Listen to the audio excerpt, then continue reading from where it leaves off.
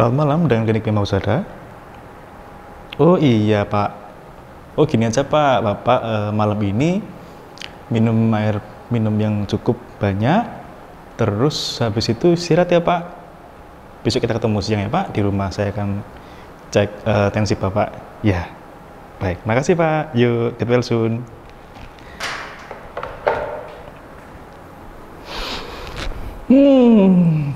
Halo, what's up guys?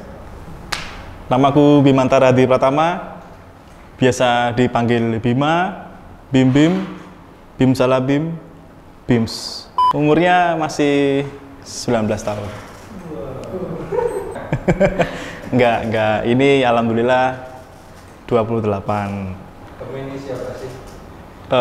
Kurang tahu ya Mas. Itu kalau menurut teman-temanku sih, katanya aku ini orang nakes ya, katanya loh ya. Katanya juga orang yang suka di dunia kreatif. Katanya orang yang enak buat sharing. Ya terserah mereka mau memberikan saya brand apa. Emangnya dulu sekolah jurusan apa? Saya Surabaya Sidoarjo Mas. Ya gak sih? Jurusan apa ya kan ya? Surabaya Sidoarjo aku. Jadi aku dulu sekolah di jurusan kesehatan, khususnya di keperawatan. Di mana? Di Akademi Keperawatan Adi Husada Undaan Surabaya. Itu D3 ya? Apa S1? Itu D3, kemudian saya sempat meneruskan untuk sekolah di S1 di Universitas Muhammadiyah Surabaya. Lanjut lagi? Tidak, saya drop out. Enggak selesai. Gara-gara berawatnya gara-gara apa? Soalnya saya terlalu asik di bisnis Mas. Jadi nggak ngurusin sekolah gitu ya. Jadi kerja di rumah sakit, kerja di kreatif gitu terus. Jadi kuliah saya nggak niat gitu. Oh, berarti dulu sempat kerja ya di perawatan? Oh iya, jadi dulu aku sempat di rumah sakit, di salah satu rumah sakit besar swasta di Surabaya. Selama beberapa tahun saya sebagai tim yang membantu jalannya operasi. Jadi kalau mas-mas tahu nih di film-film yang operasi yang pakai baju hijau-hijau itu, nah aku di situ sebagai asistennya dokter bedah. Bisa berarti ya? Bisa. Mau lagi ya? Sini, saya kerjakan sini. Saya masih bisa loh mas. Emangnya dulu cita-citanya apa? Kalau dulu kecil, aku sempat pengen jadi komikus. Serius. Jadi, to be honest nih, selama sekolah itu aku paling suka pelajaran biologi, apalagi yang anatomi, karena kan gambar-gambar manusia itu. Jadi aku suka gambar. Di sekolahku di kesehatan, aku aplikasikan ke sana yang aku suka gambarnya itu. Jadi masih terbawa lah hobi yang gambar ke sekolah kesehatan. Pemilih jurusan perawat itu emangnya semua mau kamu? Sebenarnya dari SMA itu sudah suka sama biologi, apalagi yang tahu kan pasti kan biologi SMA itu apa yang suka ya apa yuk. Oh kamu SMK ya, maaf mas. Iya kamu SMK, saya homeschooling malah. Jadi dulu itu kan umumnya teman-teman yang baru belajar biologi itu suka pelajaran reproduksi kan. Ya, jadi kan karena belajar loh ya kita kan belajar. Jadi tentang sains tentang ya reproduksi ya kamu cari aja di YouTube. Modus itu. Iya, itu sebenarnya itu apa yang men-trigger aku buat fokus ke biologi. Kalau untuk kuliah di perawatnya itu sebenarnya karena saya disuruh. Kenapa nggak stay menjadi perawat aja sih? Karena basicnya kurang passion. Jadi apa ya, ritme kerjanya itu menurutku kerja capek gitu. Jadi kurang. Di bidang apa ya di dunia kreatif itu? Jadi pertama kali aku terjun di dunia kreatif itu di fotografi dulu. Aku suka moto. Jadi selepas aku pulang kerja di rumah sakit itu langsung nyambi atau cari side job moto, video kayak gitu dulu. Kemudian mulai 2017 itu aku mulai coba concern di dunia seni rupa, khususnya action figure atau koleksi aksesoris ya, kayak gitu-gitu, patung, miniatur, dan kawan-kawan. Karena memang itu hobiku dari kecil sih, jadi aku suka koleksi action figure dari kecil.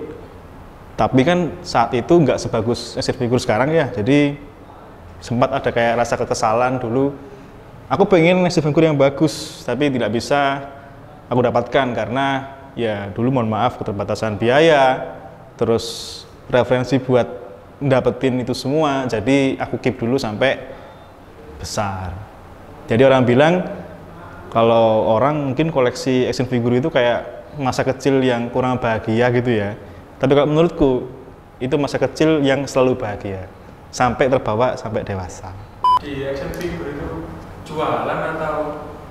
Oh, jadi pertama itu nggak ada kepikiran buat jualan sih Kak, jadi aku beli yang murah gitu kan, terus karena aku basicnya suka fotografi, ya aku foto-fotoin itu si mainan-mainan kecil itu. Tapi seiring berjalannya waktu kan, karena untuk keperluan foto itu harus bagus ya kan, harus detail kan yang harus difoto kan. Jadi aku pelan-pelan untuk mencoba mengcustom atau memoles ya, atau apa ya, pokoknya dari action figure yang biasa ini aku retouch jadi yang lebih bagus sesuai konsep yang disesuaikan. Kalau yang khusus action figure itu namanya di Mantri Project itu kan. Jadi aku membranding usaha kreatifku yang di seni rupa itu namanya Mantri Project. Kenapa namanya Mantri Project? Karena kalau di bahasa Jawa mantri itu kan artinya perawat sesuai profesiku saat itu kan, dan project ini kan artinya ya kesibukan atau sesuatu yang dikerjakan. Ya udah gampang aja, Mantri Project. Jadi aku punya jargon nih buat usahaku yang di Mantri Project gitu kan, karena ini kan usaha yang di bidang kreatif khususnya seni rupa, mainan, action figure kan. Aku memang usaha di bidang mainan, tapi dalam usaha ini aku nggak main-main. That's it. Mainin cewek ya? Ya, kalau dibutuhkan.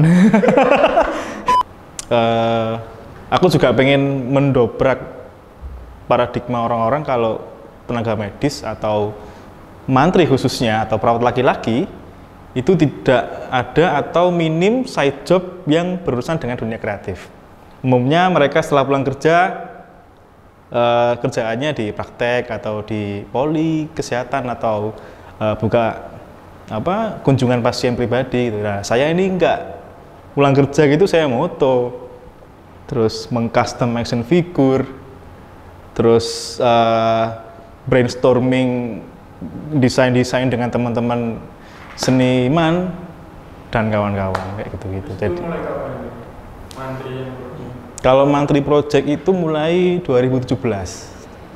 Ya, jadi awalnya karena suka mainan, terus aku custom, ternyata circleku ini sangat mengapresiasi apa yang aku lakukan, dan pelan-pelan mereka yang awalnya hanya minta tolong untuk di customin, jangan lebih, coba kamu hargain harga custommu berapa. Akhirnya aku pelan-pelan bikin rate ya untuk customku, terus ya mereka akhirnya bisa jadi loyal customer sampai sekarang. Emang target marketnya di mana aja? Jualannya? Saat itu karena action figure ini masih segmented sekali ya, jadi nggak banyak orang yang tahu, dan umumnya kan kalau orang lihat action figure itu kan dikira mainan. Menurutku itu bukan mainan sih, karena ya dia punya effort atau punya value, punya nilai kan, yang khusus. Kalau mainan biasa kan banyak. Jadi kalau target pasarnya ya biasanya orang-orang dewasa atau orang-orang yang sudah mulai bekerja. Karena kalau orang kerja kan pasti punya duit kan, ya duit pasti beli gitu. Apalagi kalau karakternya itu sesuatu yang dia suka dulunya waktu masih kecil biasanya. Dia kan pasti invest untuk, oke, ini memorable banget nih, aku harus beli. Apapun harganya sikat. Tuh. Jadi biasanya umurnya sekitar 20 tahun ke atas, karena mahasiswa pun itu juga sudah ada yang mau beli, tapi nggak mahal semahal yang sudah kerja. Berarti bisa request ya? Oh bisa. Kalau custom request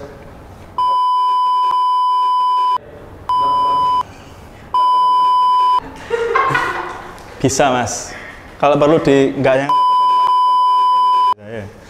silakan cari Bima ya.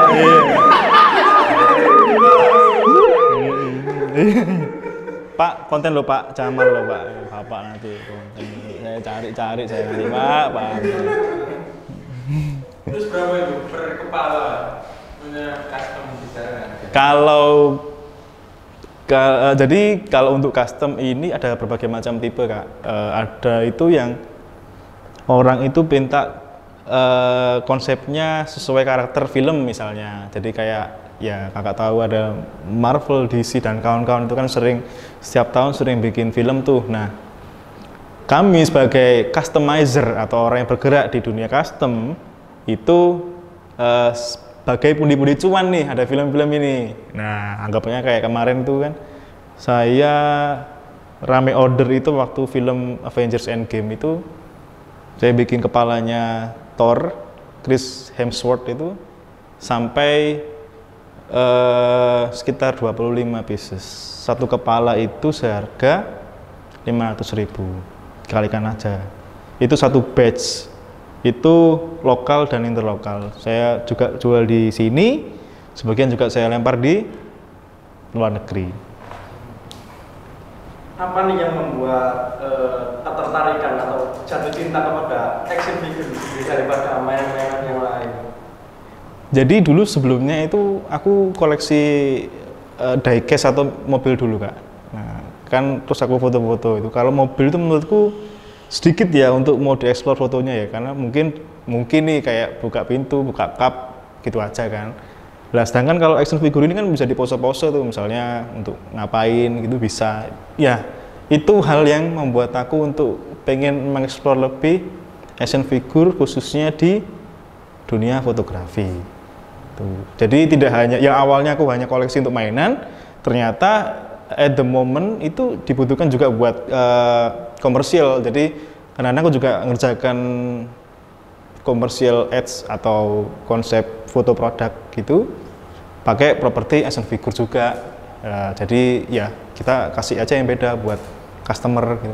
Dan mereka aware juga dan seneng karena konsep action figure yang di matchkan dengan foto produk atau video itu jarang di Indonesia khususnya.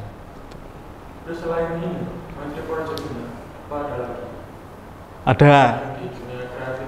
Jadi sebelum Mantri Project itu sudah ada namanya Bim Salah Bim. Kalau itu sebenarnya dari dulu SMA sih. Jadi aku sudah mulai planningkan harus punya industri kreatif, at least entah namanya saat itu startup atau apa ya, pokoknya oke, aku harus punya usaha di dunia kreatif selain di sekolah atau di kerjaanku yang primary job gitu. Itu mulai 2009 kalau nggak salah. Itu aku start mulainya dari desainkan kaos-kaos, jaket, jumper, logo-logo. Teman-teman buka apa dulu kayak stand-stand makanan atau apa gitu. Jadi saya sifatnya sih masih membantu ya dan dihargai, jadi bukan komersial gitu. Duluan mana Mas? Bim Salah Bim sama Mantri Project? Duluan Bim Salah Bim, kalau dilihat dari range tahunnya. Bim Salah Bim itu 2009, kalau Mantri itu 2017. Anda juga bisa sulap? Bisa? Coba Bisa. bilang. Saya bisa membuat raut wajahnya uang ini berubah loh. Serius. Tahu kan ini uang berapa ini? 10.000 kan? Ya. Bener. Ya. Yo. Coba. Kosong ya? Kosong ya? Nggak ada apa ya? Jadi ini kan fotonya Pak Franz Kasiebo kan? Ini nanti mau tak bikin dia wajahnya senyum atau sedih. Kira-kira kalian semua mau wajah yang mana dulu? Kalau oke, senyum. Iya. Senyum. Senyum semua ya. Oke, ini bukan bohongan. Ini aku bisa share ke kalian triknya gimana.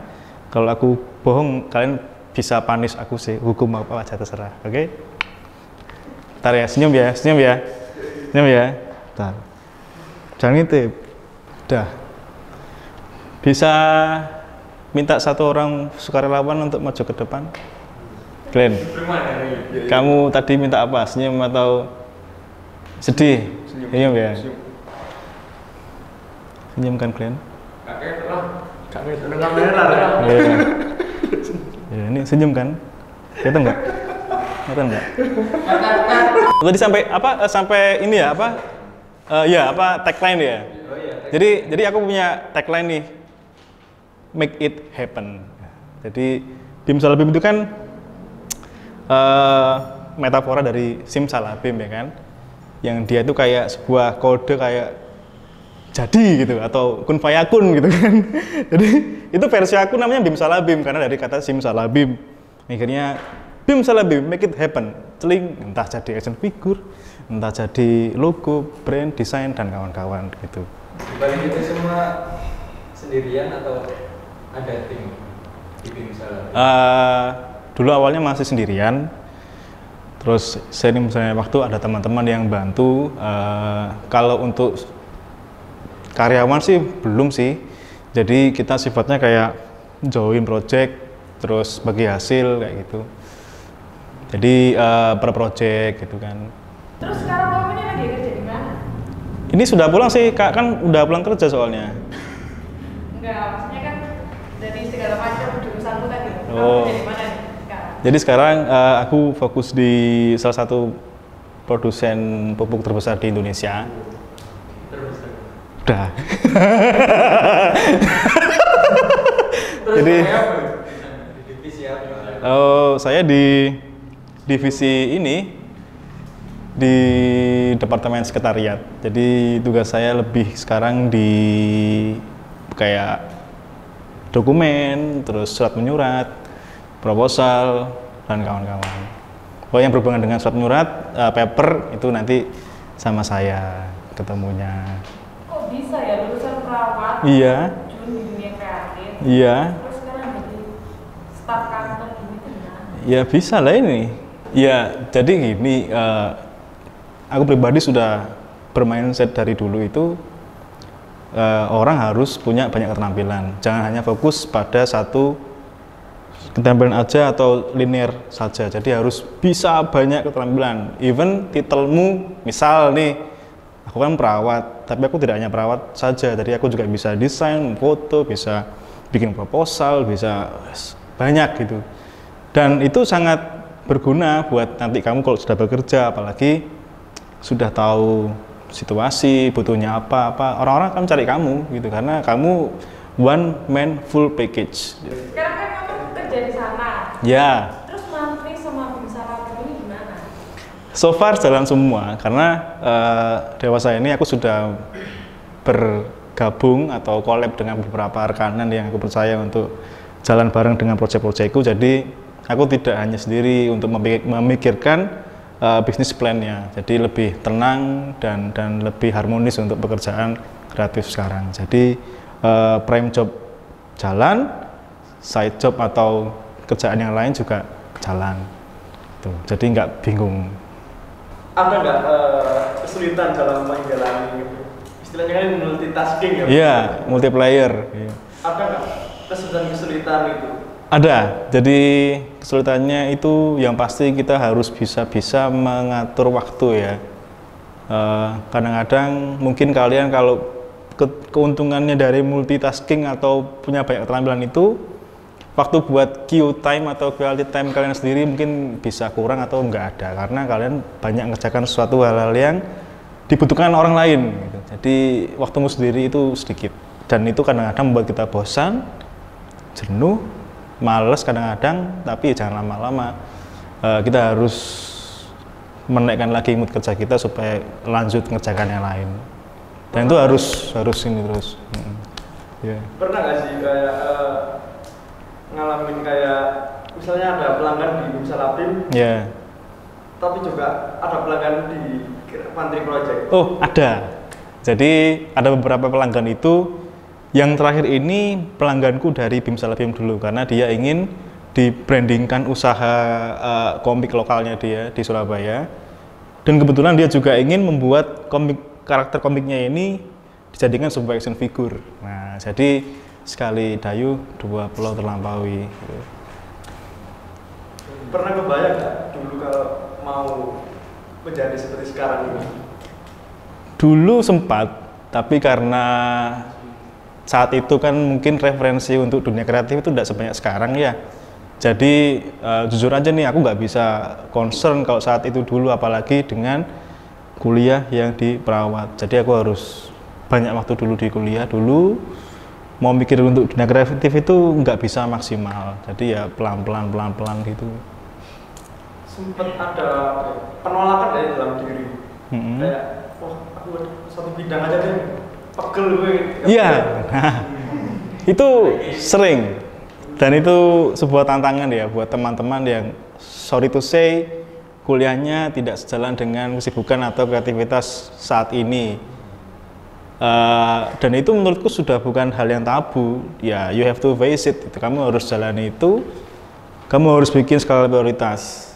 Kalau tidak bikin skala prioritas kayak saya waktu itu, jadi kalau dunia kreatif itu kan akrab dengan otak kanan ya, kreativitas kan. Kalau otak kiri kan logik gitu kan. Kalau hal ini kan bareng-bareng, kalau kita tidak bisa memanage yang bagus, akhirnya pusing, terus bisa stres gitu. Nggak pernah main mungkin, karena pagi di rumah sakit, terus sore ke malam desain. Itu kapan istirahatnya? Jadi stres. Dan itu sering sih kalau pekerja multitasker ya. Saat itu saya sekarang sudah bisa jalan bareng sudah. Apakah profesi Anda sekarang ini lebih pas untuk Anda daripada profesi yang Anda cita-citakan sebelumnya? Iya, jadi ternyata dulu idealis saya itu ya itu sebagai pekerja kreatif yang pure,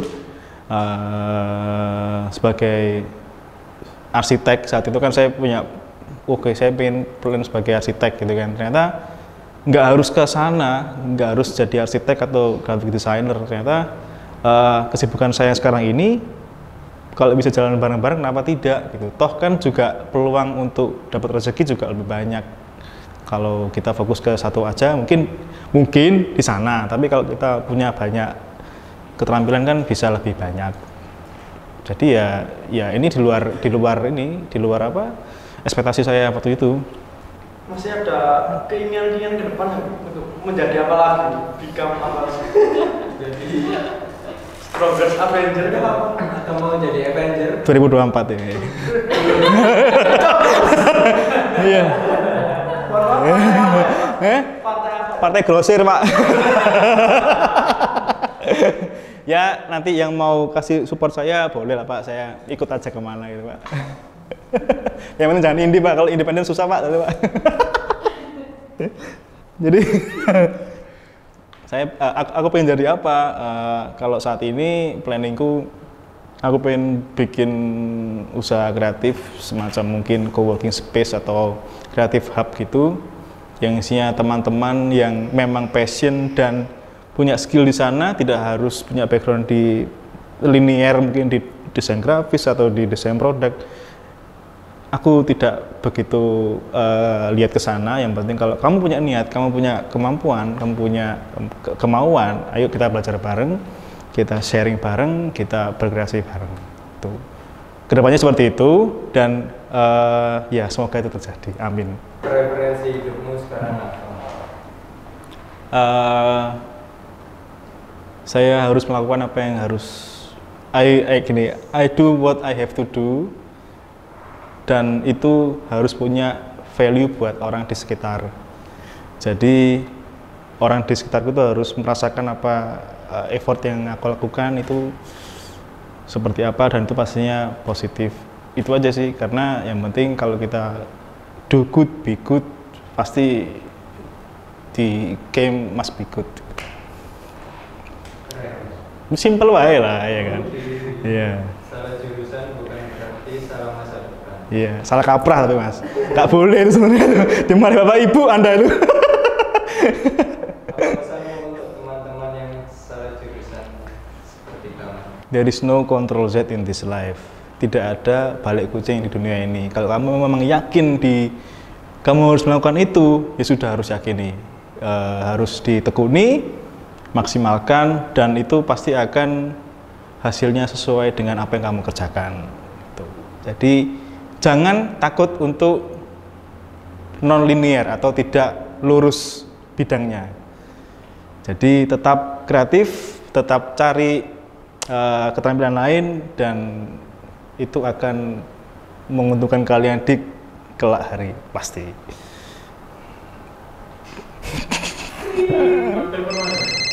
Oh iya, sebentar ya Mas, ada telepon. Selamat malam Polsek Genteng Kali Surabaya Pak.